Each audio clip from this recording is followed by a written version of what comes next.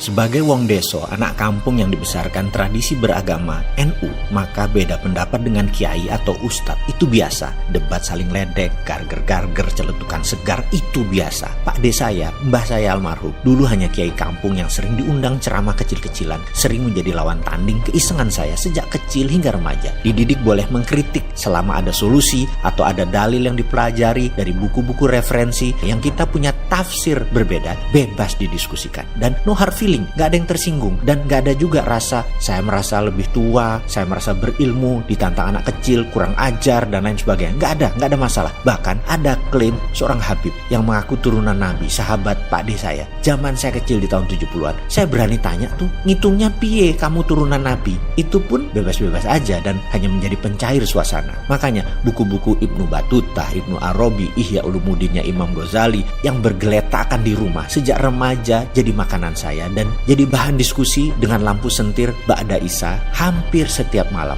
kalau saya lagi di Malang atau di tempat kami lainnya di desa Colo di Kudus. Sampailah suatu pertanyaan dari saya waktu masih remaja ke mbah saya, ngapunten mbah, ini zaman gonjang ganjing, banyak kejahatan, sistem Soeharto itu seperti Fir'aun, dunia dikuasai mereka, dan itu tahun 70-an loh waktu saya bicara. Lalu saya bertanya, ini memang sudah dekat akhir zaman ya mbah? Dia berkata, gini le, jangan percaya dengan hal seperti itu. Saya cuma titip satu hadis untuk kamu pegang sebagai bekal kamu sampai hari tua nanti. Hadis itu berkata, berzakatlah kau segera, karena suatu masa nanti Islam demikian makmurnya sehingga engkau tidak bisa memberi zakat kepada orang lain. Setelah masa jaya yang panjang tersebut, baru dunia akan kiamat. Pertanyaan si mbah, apakah zaman itu sudah ada? Saya jawab, belum mbah. Makanya le, kowe jadilah pahlawan zakat, sedekah, dan infak. Karena suatu hari nanti hal itu gak bisa dilakukan lagi. Karena demikian makmurnya dunia saat itu, jadilah bagian memakmurkan dunia saat ini.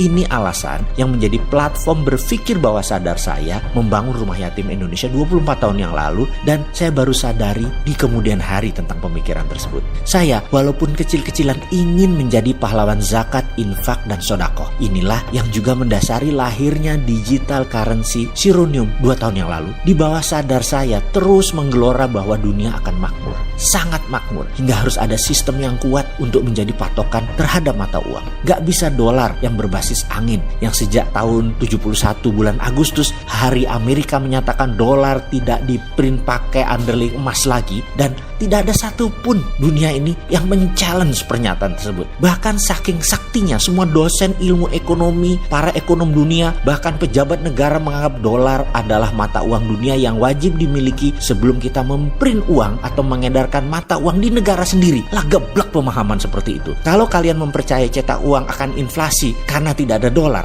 Anda kemakan doktrin agama ekonomi Keynesian yang gak ada bukti kenabiannya. Bahkan Keynesian di akhir hayatnya bertobat, namun buku dan pelajarannya menjadi tidak boleh beredar karena bisa merusak seluruh pelajaran ekonomi para profesor guru besar ekonomi, terutama ilmu ekonomi kampus-kampus kenamaan dunia, yang memang tujuannya adalah false knowledge, pengetahuan yang salah agar dunia hanya dikuasai oleh segelintir orang saja. Ilmu yang beredar beda dengan ilmu yang dipraktekkan di negara-negara Amerika, Cina, Jerman zaman Hitler, Jepang setelah Perang Dunia Kedua. Saya katakan, negara beda dengan pemerintahan. Pemerintahan bisa ganti orang, ganti partai, tapi platform bernegara harus tetap. Kembali lagi, 4 negara itulah patokannya ilmu MMT, bukan ilmu sekolahan di kampus. Jadi dengan sedikit emas di tabungan saya menerbitkan Sironium. Kembali kita ke topik semula. Beda dengan Bitcoin yang pakai hanya algoritma. Kita ada underlay-nya. Namun ternyata BI mengeluarkan aturan di Indonesia tidak boleh ada mata uang lain selain rupiah.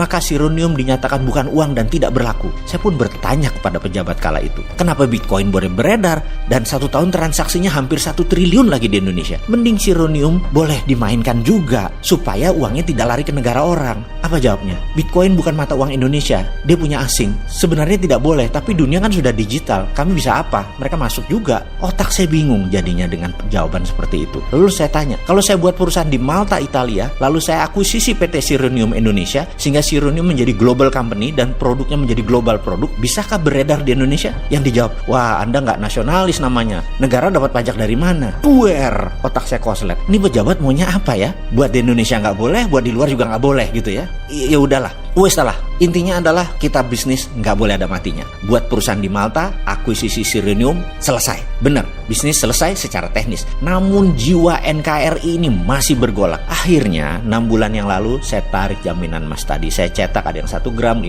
gram. Dan ini semua adalah murni 24 karat, 99% kemurniannya. Saya mau buat Sironium 2.0.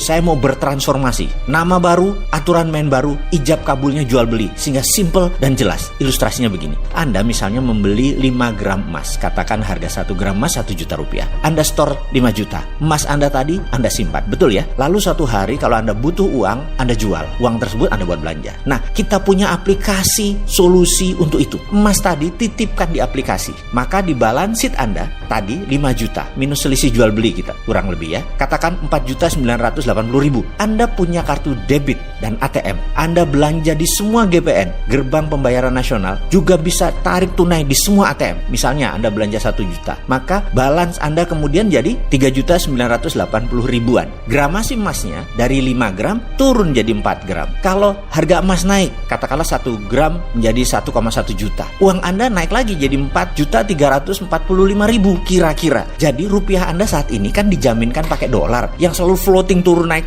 suka dolar. Menjadikan sekarang diubah. Anda mau yang stabil. Underlying-nya emas. Sekali lagi, emas lebih stabil. Membuat rupiah Anda tidak ada nilai inflasinya. Saat ini kami sudah kerjasama dengan bank, dengan payment gateway iPayMu milik sahabat saya Mas Keke dan Pak Gita Wiryawan. Sudah firm semuanya sejak Januari. Tinggal tunggu hari baik untuk kita luncurkan. Sahabat, walaupun saya Sontoloyo sering kritik pejabat plus memberikan solusi yang pasti tidak bisa dikerjakan pejabat karena otot ilmunya dari solusi tadi berbeda. Namun jangan pertanyakan ke NKRI-annya si Sontoloyo ini. Walaupun air wudhunya masih kurang, ilmu kaleng-kaleng dalam beragama tetap berusaha membuat umat berdaulat.